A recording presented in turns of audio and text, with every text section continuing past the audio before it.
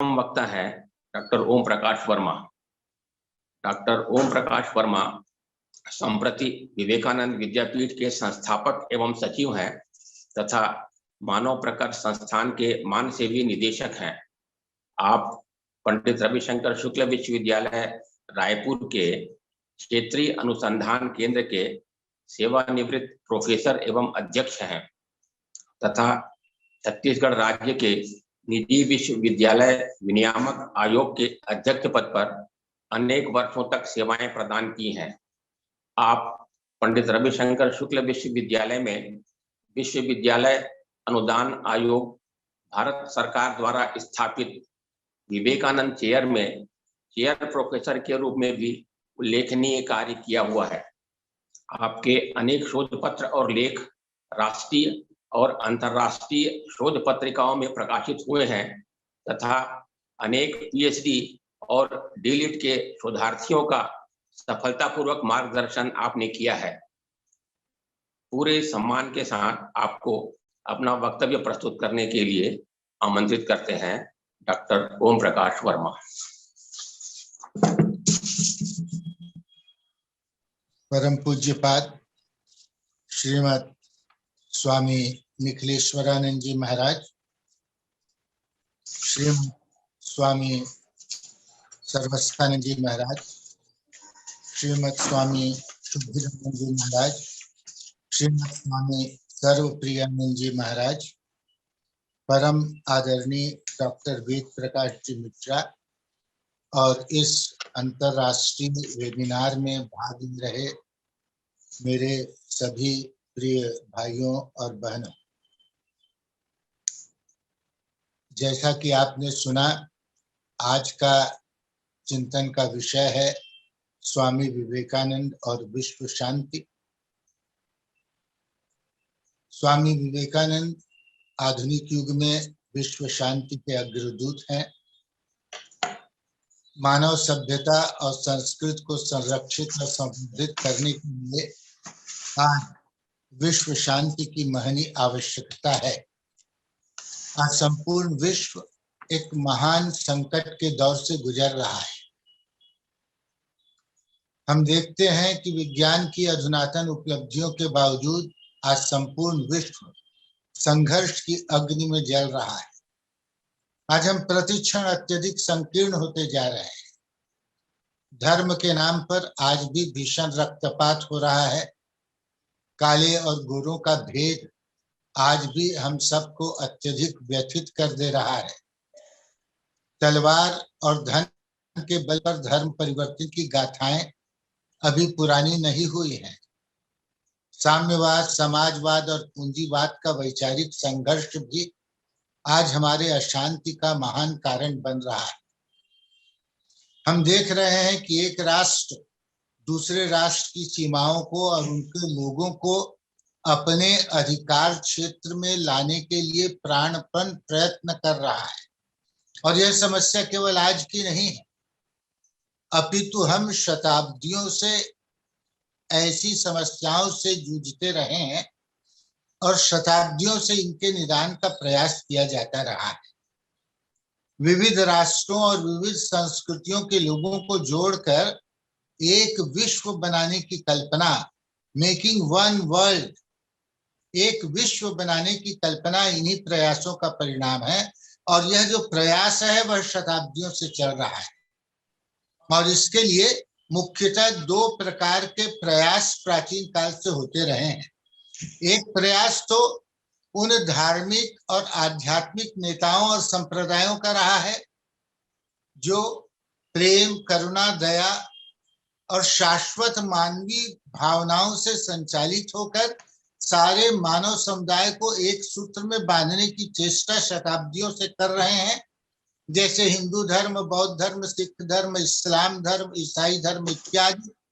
और दूसरे ऐसे भी शासक रहे हैं जिन्होंने अपने बाहुबल के कारण सारे विश्व में अपना साम्राज्य स्थापित करना चाहा, अनेक राष्ट्रों और राज्यों को जीता, भयानक नरसंहार किया, खून की नदियां बहाई, पर वे इसमें सफल नहीं हो पाए। चंगेज खान, नेपोलियन, सिकंदर, हिटलर आदि सभी योद्धा इसी श्रेणी में आते हैं। देखिए, यदि हम इतिहास के पृष्ठों को पलटे तो हम पाएंगे कि भौतिक बल के आधार पर राज्यों और राष्ट्रों को जीतकर सारी दुनिया को एक करने का जो प्रयास है वो प्रायः असफल रहा है। पर आध्यात्मिकता के आधार पर प्रेम, दया, करुणा और उदात्त मानवीय भावनाओं को लेकर उसका विस्तार कर दुनिया के लोगों को एक सूत्र में बांधने का प्रयास अवश्य ही सार्थक हुआ है। यद्यपि धर्मों के नाम पर बहुत सी लड़ाइयां लड़ी गई हैं, पर इसमें दोष धर्म का नहीं है, अपितु उन लोगों का है जिन्होंने धर्म का गलत प्रयोग समाज पर किया है, और वह वस्तुतः धर्म के मूल अर्थ को नहीं जानने के कारण हुआ है। अरे, धर्म का मूल प्रयोजन तो व्यक्ति की, मनुष्य की दिव्यता को प्रकट करना है और प्रेम, करुणा और दया की भावनाओं से सकल मानव समाज को एक सूत्र में बांधना है। और यही जो प्रयास है, यही प्रयास विश्व शांति का मूल आधार है। और इस दिशा में स्वामी विवेकानंद का प्रयास अत्यंत महत्वपूर्ण रहा है। इस दृष्टि से हम आधुनिक युग में स्वामी विवेकानंद को विश्व शांति का निश्चित रूप से अग्रदूत कह सकते हैं। स्वामी जी ने हिंदू धर्म के मूल तत्वों के आधार पर विश्व शांति स्थापित करने का प्रयास किया। हम सभी जानते हैं कि स्वामी विवेकानंद सन 1893 में शिकागो की धर्म महासभा में भाषण लेने के लिए गए थे, और जब स्वामी विवेकानंद शिकागो की धर्म महासभा में बोलने के लिए खड़े हुए, तब वो कोई व्यक्ति नहीं थे, अपितु भौतिकवादी दुनिया को भारत की आध्यात्मिकता का संदेश सुनाने के लिए मानो स्वयं भारत माता शब्दों के रूप से उनके मुख में से प्रवाहित हो रही। उस विशाल श्रोता समुदाय के मध्य इस 30 वर्षीय युवा सन्यासी ने घोषणा की, I have a message for the West as Buddha had message for the East. उन्होंने कहा कि भगवान बुद्ध ने पूर्व के देशों को संदेश दिया, वैसे ही मैं पश्चिम के देशों के लिए भी संदेश लेकर आया हूं। उन्होंने कहा कि मैं तुम्हारे भौतिक सुख और समृद्धि इसका स्वागत करता हूं, मैं तुम्हारे विज्ञान और टेक्नोलॉजी का भी स्वागत करता हूं, पर यह मत सोचो कि यह भौतिक सुख समृद्धि मानव जीवन के लिए पर्याप्त है। खाओ, पियो और मौज करो, ईट, ड्रिंक एंड बी मैरी। क्या यही जीवन का परम लक्ष्य है? कदापि नहीं, कदापि नहीं। यह जीवन का परम लक्ष्य नहीं हो सकता। मनुष्य केवल इंद्रिय सुखों के भोगों के लिए जन्म नहीं लिया है, वह केवल सांसारिक वासनाओं की पूर्ति के लिए जन्म नहीं लिया है, अपितु उसका जन्म तो ज्ञान प्राप्ति के लिए हुआ है। उसका जन्म तो सत्य की खोज के लिए हुआ है। उसका जन्म तो निम्नतर सत्य से उच्चतर सत्य पर पहुंचने के लिए हुआ है, और फिर उच्चतर सत्य से उच्चतम सत्य पर पहुंचने के लिए हुआ है। स्वामी जी ने पाश्चात्य राष्ट्रों को चेतावनी दी। उन्होंने कहा कि मैं देख रहा हूं कि तुम लोग युद्ध के ज्वालामुखी की कगार पर खड़े हुए हो, और अगले 20 वर्षों में वह फूट जाएगी। स्वामी जी ने यह घोषणा संभवतः 1994-95 में की थी, और हम देखते हैं कि 20 वर्षों के होते न होते सन 1914 में प्रथम विनाशकारी विश्व महायुद्ध हुआ, और फिर सन 1939 में उससे भी अधिक भयानक द्वितीय महाविश्व युद्ध हुआ। और आज हम तृतीय विश्व युद्ध की आशंका में जी रहे हैं, और हम सब यह बहुत अच्छे से जानते हैं कि यदि यह तृतीय विश्व महायुद्ध हुआ तो मानव सभ्यता और संस्कृति का अब तक का संचित किया गया गौरवमंडित ऐश्वर्य एक बारगी नष्ट हो जाएगा। अब प्रश्न उठता है कि युद्ध होते क्यों हैं?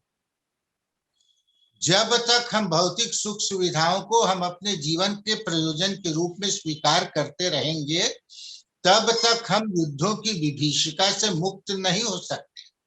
जब भौतिक उपलब्धियां ही हमारे जीवन का परम प्रयोजन रहेंगी, तो उन्हें प्राप्त करने के लिए होड़ भी लगेगी, और तब एक व्यक्ति दूसरे व्यक्ति के साथ, एक राष्ट्र दूसरे राष्ट्र के साथ लड़ाई करना चाहेगा। तब एक के पास घातक हथियार होंगे और दूसरा और अधिक घातक हथियार प्राप्त करने की चेष्टा करेगा। एक दूसरे को बर्बाद करना चाहेगा तो दूसरा पहले के सर्वनाश पर तुल जाएगा। रक्तपात होगा, विप्लव होगा, मानवता आर्त स्वर में क्रंदन करेगी। युद्ध की तो यह बिल्कुल सामान्य सी प्रक्रिया है। शताब्दियों से घटती हुई इतिहास की यह एक भीषण विडंबना है। शताब्दियों से ऐसा होता चला आया है। पर स्वामी जी ने बताया कि भारत एक ऐसा देश है जिसने इस युद्ध की समस्या का समाधान खोजा है। इसने सारी मानवता को जियो और जीने दो का संदेश दिया है।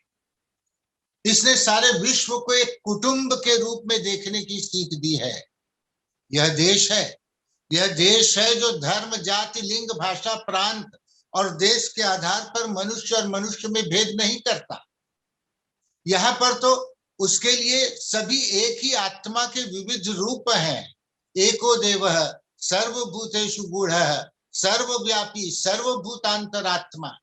हमारा यह देश है, वह वसुधैव कुटुंबकम के आदर्श पर विश्वास करता है।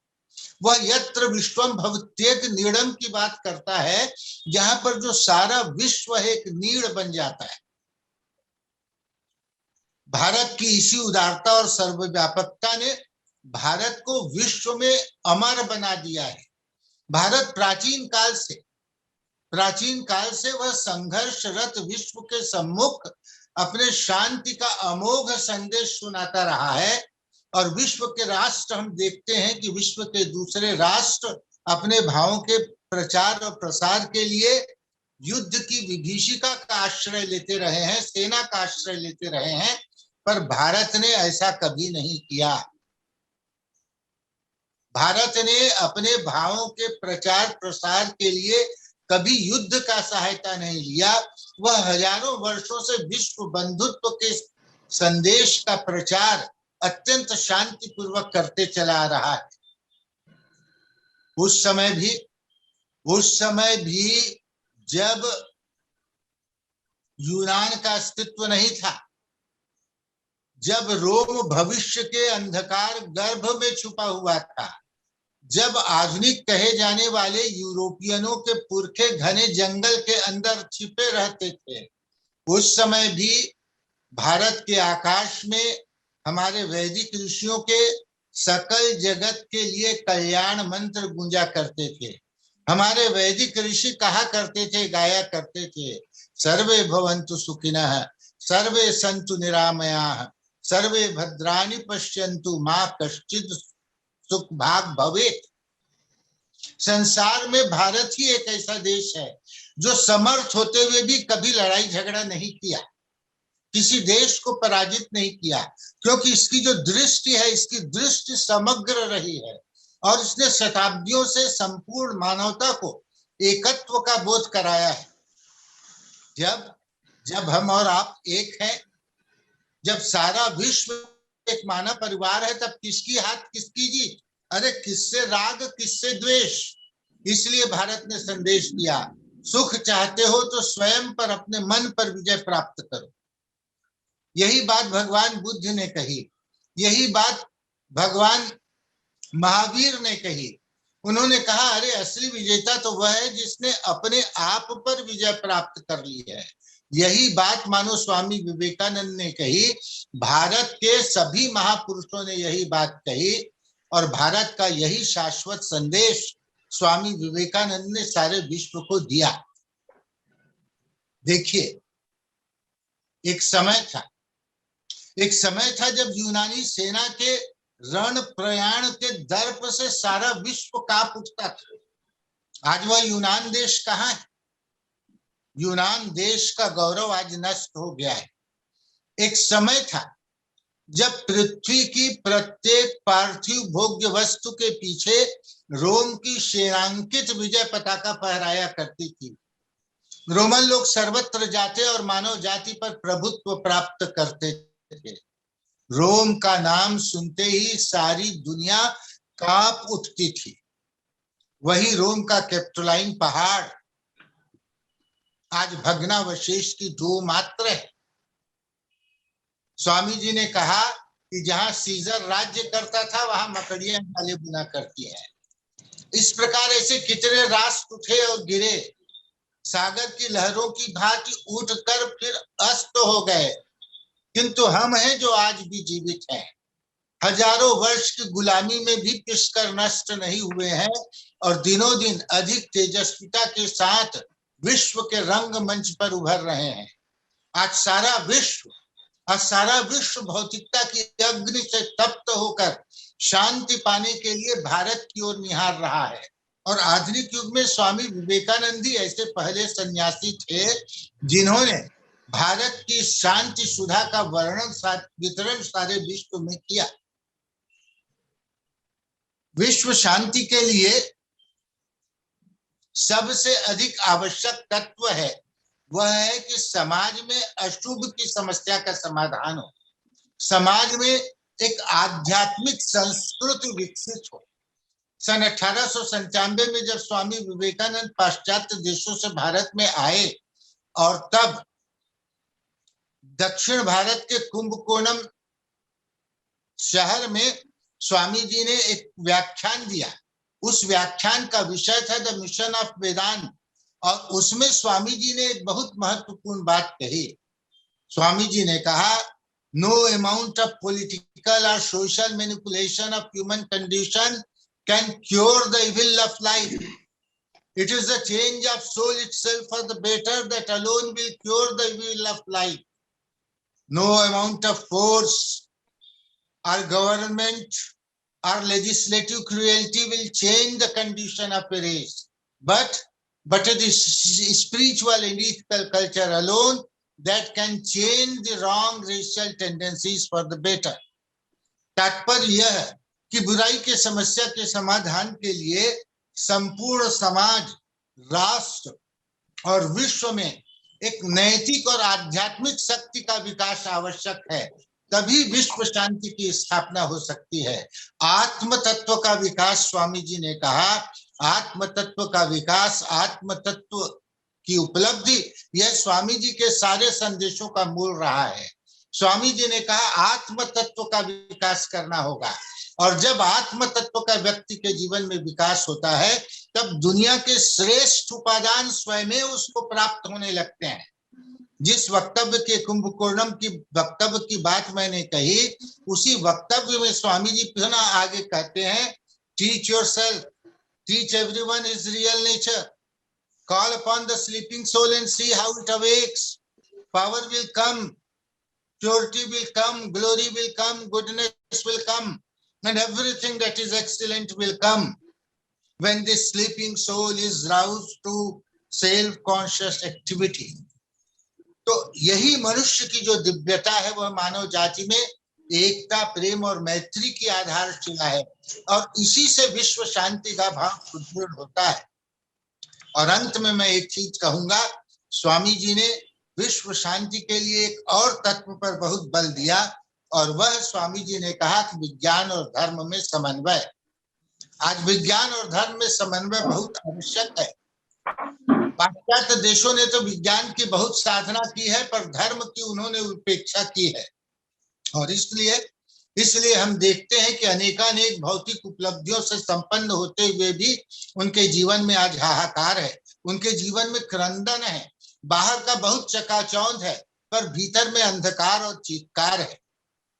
इसके विपरीत भारत में धर्म की बहुलता रही पर भारत में एक ऐसा भी समय आया जब हम लोगों ने शक्ति का तिरस्कार किया, जब हम लोगों ने विज्ञान का तिरस्कार किया और शक्ति के तिरस्कार करने के कारण हम लोग शक्तिहीन हो गए। अतः स्वामी जी कहते हैं कि पूर्व और पश्चिम दोनों अपूर्ण हैं, उन्हें अपनी अपूर्णता को दूर करना होगा। और वह कैसे दूर करना होगा? स्वामी जी ने कहा, बहुत सुंदर बात स्वामी जी ने कही। उन्होंने कहा कि India has to learn from Europe the conquest of external nature, Europe has to learn from India the conquest of internal nature, then there would be neither Indian nor Europeans. There would be an ideal personality that has conquered both the natures, that is external and internal.